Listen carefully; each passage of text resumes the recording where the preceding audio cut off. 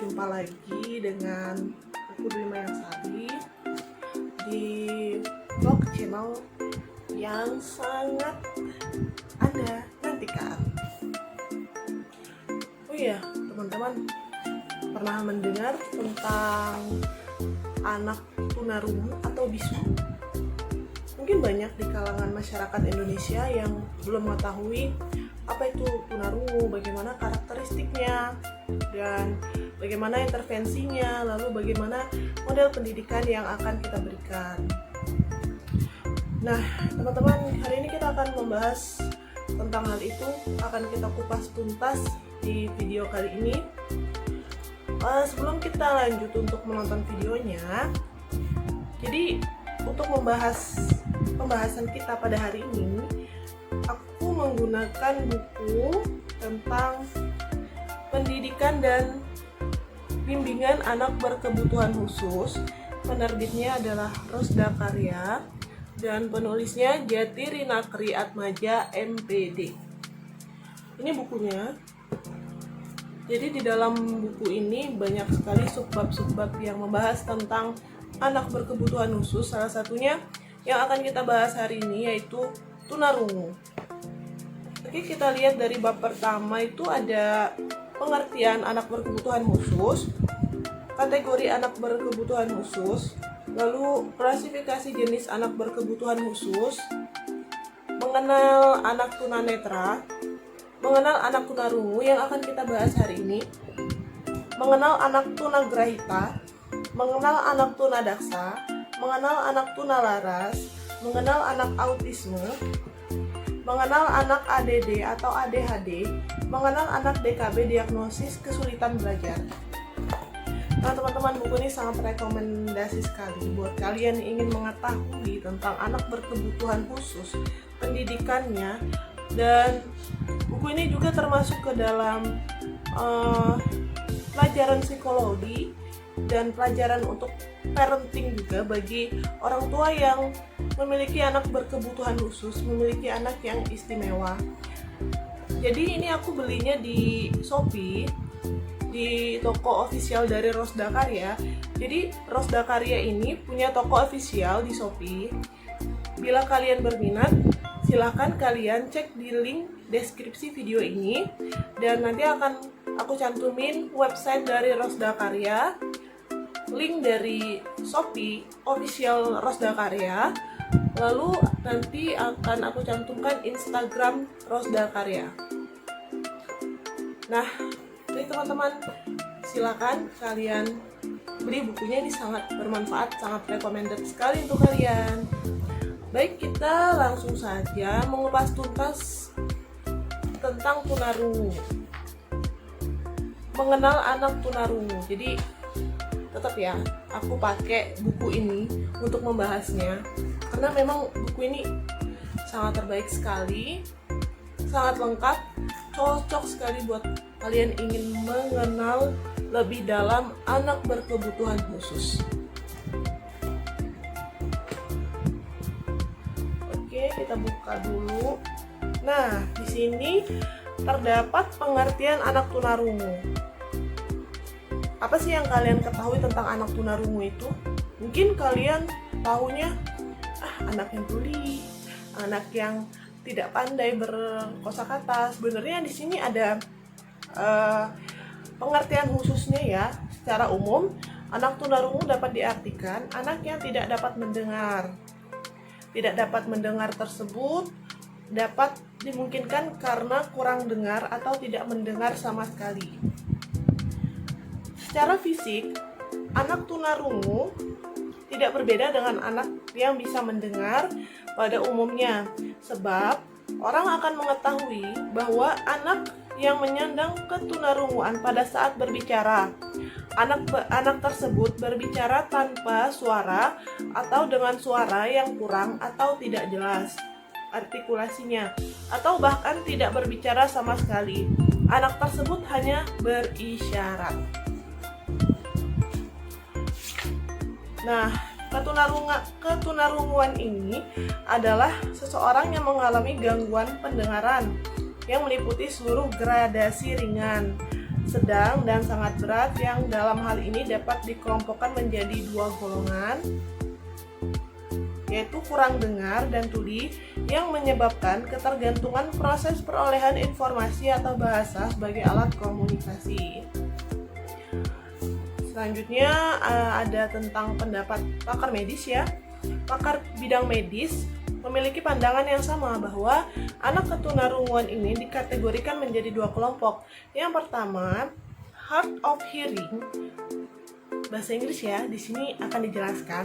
Hard of hearing adalah seseorang yang masih memiliki sisa pendengaran sedemikian rupa sehingga masih cukup untuk digunakan sebagai alat penangkap proses pendengar, sebagai bekal primer penguasaan kemahiran bahasa dan komunikasi dengan yang lain, baik dengan maupun tanpa menggunakan alat bantu dengar. Yang kedua, the deaf adalah seseorang yang tidak memiliki indera dengar sedemikian rendah sehingga tidak mampu berfungsi sebagai alat penguasa bahasa dan komunikasi, baik dengan ataupun tanpa menggunakan alat bantu dengar. Kemampuan anak tunarungu yang tergolong kurang dengar akan lebih mudah mendapat informasi sehingga kemampuan bahasanya akan lebih baik. Jadi the deaf ini adalah anak tunarungu yang tergolong kurang dengar, dan dia menggunakan bahasa isyarat. Kalau hard of hearing yang pertama tadi, yang masih memiliki sisa pendengaran sedemikian rupa dan dibantu dengan alat pendengaran seperti itu.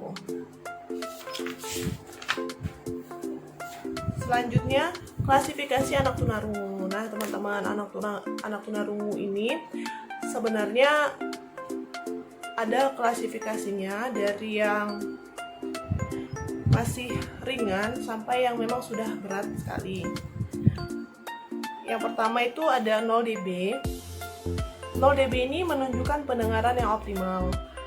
Selanjutnya 0 sampai dengan 26 dB menunjukkan masih mempunyai pendengaran yang normal.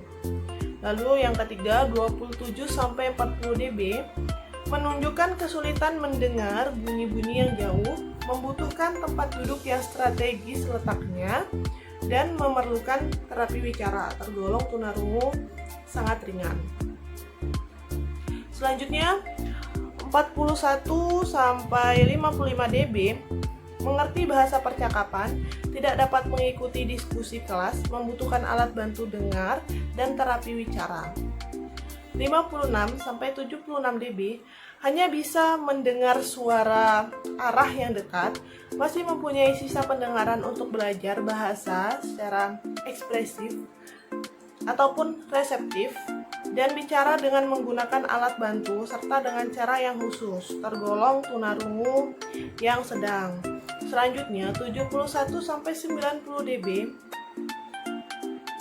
hanya bisa mendengar bunyi yang sangat dekat, kadang dianggap tuli, membutuhkan pendidikan luar biasa yang intensif, membutuhkan alat bantu mendengar atau disebut ABM yang alatnya diletakkan di telinga, dan latihan bicara secara intensif dan termasuk ke dalam tunarungu yang berat.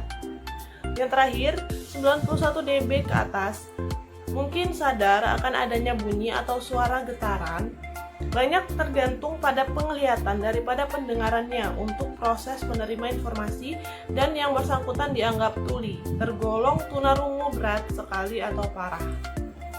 Yang terakhir ini tunarungu yang tidak bisa mendengar dan hanya menggunakan bahasa isyarat, dan dia lebih menggunakan penglihatannya daripada pendengarannya. Selanjutnya kondisi tunarungu sangat ringan yang 27 sampai 40 dB. Anak yang tergolong dalam kategori tunarungu ringan dan tergolong dalam ukuran antara 27 sampai 40 dB masih mampu mendengar suara dalam jarak yang dekat. Dalam jarak yang dekat, anak yang mempunyai 27 sampai 40 dB ini masih bisa mendengar karena dia dikategorikan tunarungu yang ringan. Yang kedua, kondisi tunarungu 41 sampai 55 dB. Seorang anak yang mengalami kondisi tunarungu dalam tingkatan ini hanya mampu mengerti percakapan dalam jarak 3 kaki dan harus dalam keadaan berhadap-hadapan.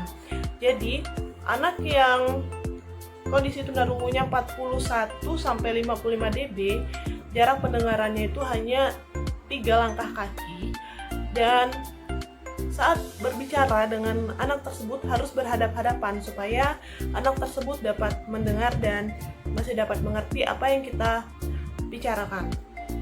Yang ketiga, kondisi tunarungu sedang 50 sampai 76 dB. Kondisi anak tunarungu pada tingkat ini sudah membutuhkan bantuan alat bantu dengar sepanjang waktu. Kondisi tunarungu berat 71 sampai 90 dB. Pada tingkatan ini, anak dengan kondisi tunarungu tidak dapat belajar berkomunikasi tanpa ada teknik-teknik khusus dan secara edukatif. Anak dalam tingkatan ini sudah dianggap tuli. Selanjutnya, kondisi tunarungu parah di atas 90 dB. Pada bagian kecil, kelompok dalam tingkatan ini mungkin masih dapat mendengar suara yang keras. Selanjutnya, kondisi tunarungu prabahasa dalam kondisi tunarungu yang terjadi sebelum seseorang belajar dan mengembangkan bahasanya. Sedangkan kondisi tunarungu pasca bahasa adalah ketika seseorang kehilangan pendengaran setelah belajar atau mempunyai konsep berbahasa. Nah, dua kelompok ini tadi adalah kondisi tunarungu yang parah atau ekstrim yang di atas 90 dB. Selanjutnya, terdapat karakteristik anak tunarungu. Karakteristik yang pertama adalah kesulitan dalam kosakata. Yang kedua, mempunyai kesulitan dalam mengerti ungkapan bahasa yang mengandung arti kiasan dan kata-kata abstrak. Kiasan itu adalah kata-kata yang tidak ia mengerti, yang mungkin bahasa baru bagi mereka. Yang ketiga, kurang menguasai irama dan gaya bahasa. Yang keempat, sulit memahami kalimat-kalimat yang kompleks atau kalimat-kalimat yang panjang serta bentuk kiasan. Anak tunarungu juga mempunyai beberapa karakteristik, terutama keterbatasan kosakata. Hal tersebut yang menyebabkan anak tunarungu kesulitan berkomunikasi dengan orang lain.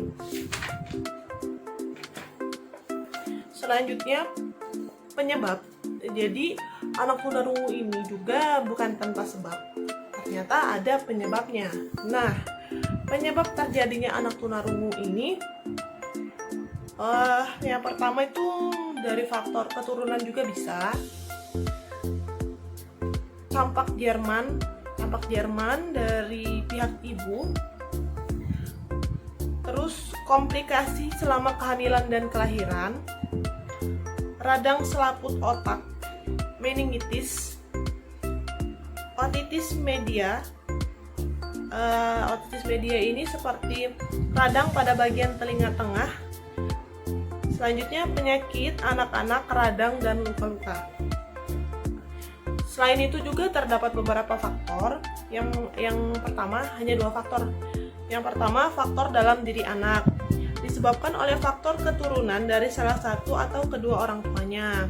Yang kedua, ibu yang sedang mengandung menderita penyakit campak Jerman, atau campak Jerman itu yang sering kita dengar, sering kita tahu itu rubella. Lalu, ibu yang sedang mengandung menderita keracunan darah atau toxemia. Yang kedua, faktor luar diri anak. Anak mengalami infeksi pada saat dilahirkan atau kelahiran. Misalnya, anak terserang herpes simplex. Yang kedua, meningitis atau radang selaput otak. Yang ketiga, otitis media, radang telinga bagian tengah. Yang keempat, penyakit lain atau kecelakaan yang dapat mengakibatkan kerusakan alat pendengaran bagian tengah dan dalam. Oke, selanjutnya dampak anak tunarungu. Ternyata tunarungu ini juga berdampak ya. Berdampak bagian dan berdampak untuk apa sih sebenarnya? Kita akan bahas di bagian dampaknya. Dampak anak tunarungu. Ada dua bagian penting mengikuti dampak terjadinya hambatan, antara lain sebagai berikut. Yang pertama, konsekuensi. Akibat gangguan pendengaran atau tunarungu tersebut bahwa penderitanya akan mengalami kesulitan dalam menerima segala macam rangsangan atau peristiwa bunyi yang ada di sekitarnya. Yang kedua, akibat kesulitan menerima rangsang bunyi tersebut, konsekuensinya penderita tunarungu akan mengalami kesulitan pula dalam memproduksi suara atau bunyi bahasa yang terdapat di sekitarnya. Nah, itu adalah dampaknya. Selanjutnya, anak tunarungu ini juga memiliki intervensi. Intervensi pada anak tunarungu, banyak hal yang harus dimengerti, yaitu pada gangguan pendengarannya yang terjadi pada anak perlu untuk dilakukan deteksi seawal mungkin. Mengingat peranan pendengaran dalam proses perkembangan bicara sangatlah penting.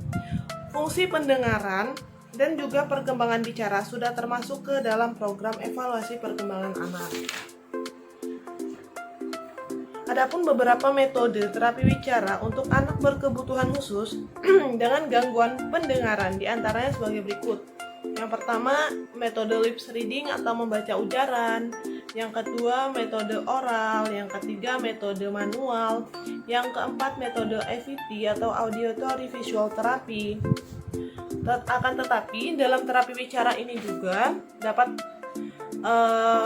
terdapat beberapa hal yang perlu diperhatikan, antara lain sebagai berikut.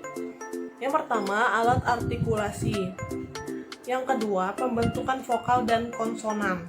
Yang ketiga, mengetahui tingkat kekurangan pendengaran anak, ringan, sedang, berat, atau bahkan sangat berat. Yang keempat, tingkat kelainan anak.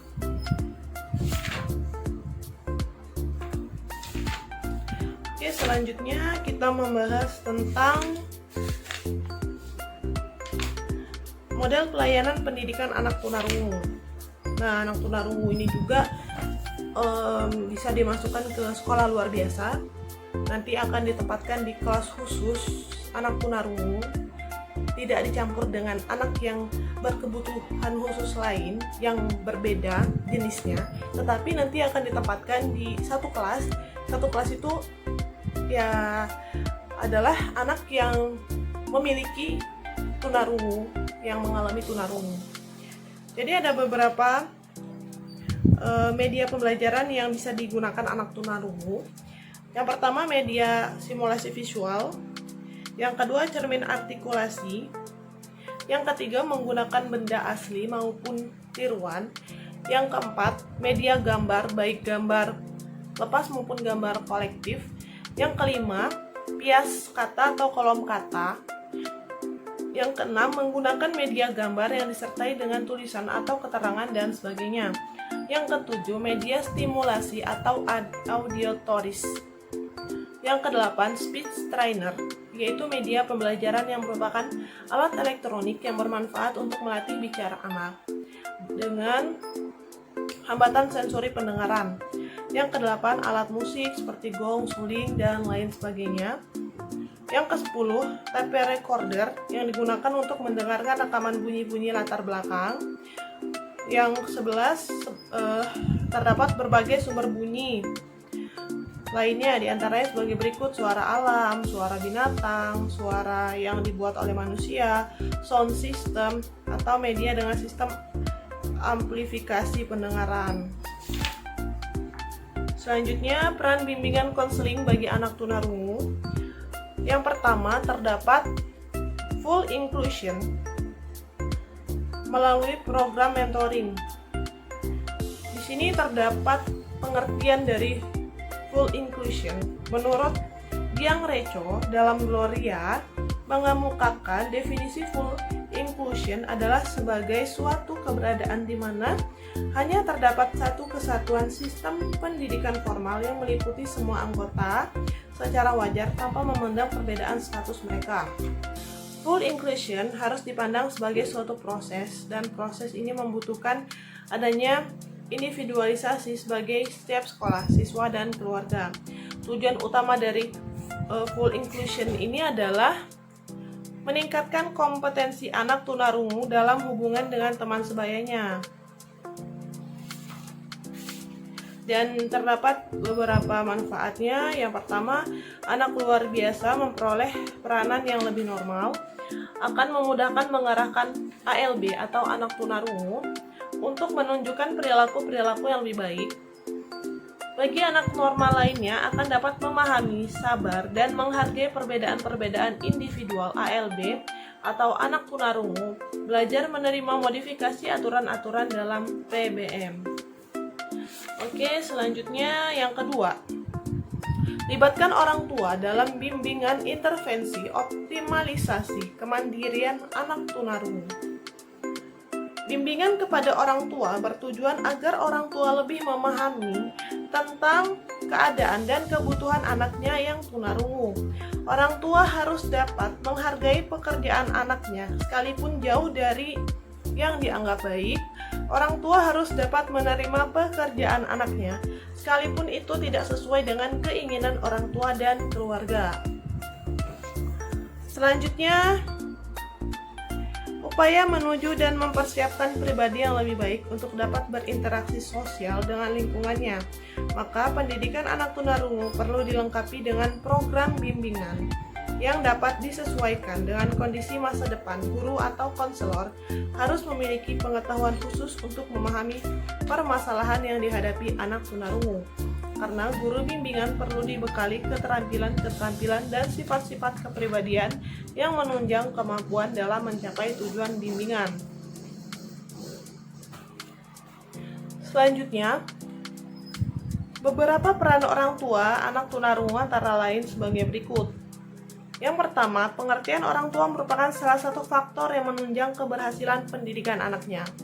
Yang kedua, orang tua memegang peranan penting dalam melaksanakan pendidikan di rumah, sejalan dengan yang diberikan di sekolah.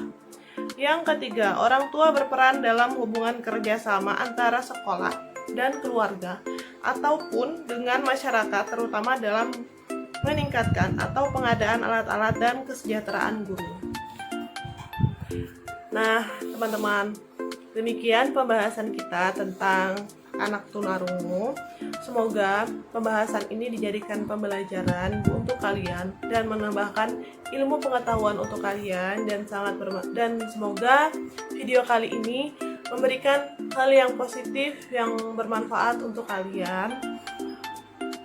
Jadi bagi kalian yang mempunyai keluarga berkelainan tunarungu, yang di lingkungannya terdapat anak tunarungu, kalian harus memberikan intervensi-intervensi yang sudah dijelaskan tadi.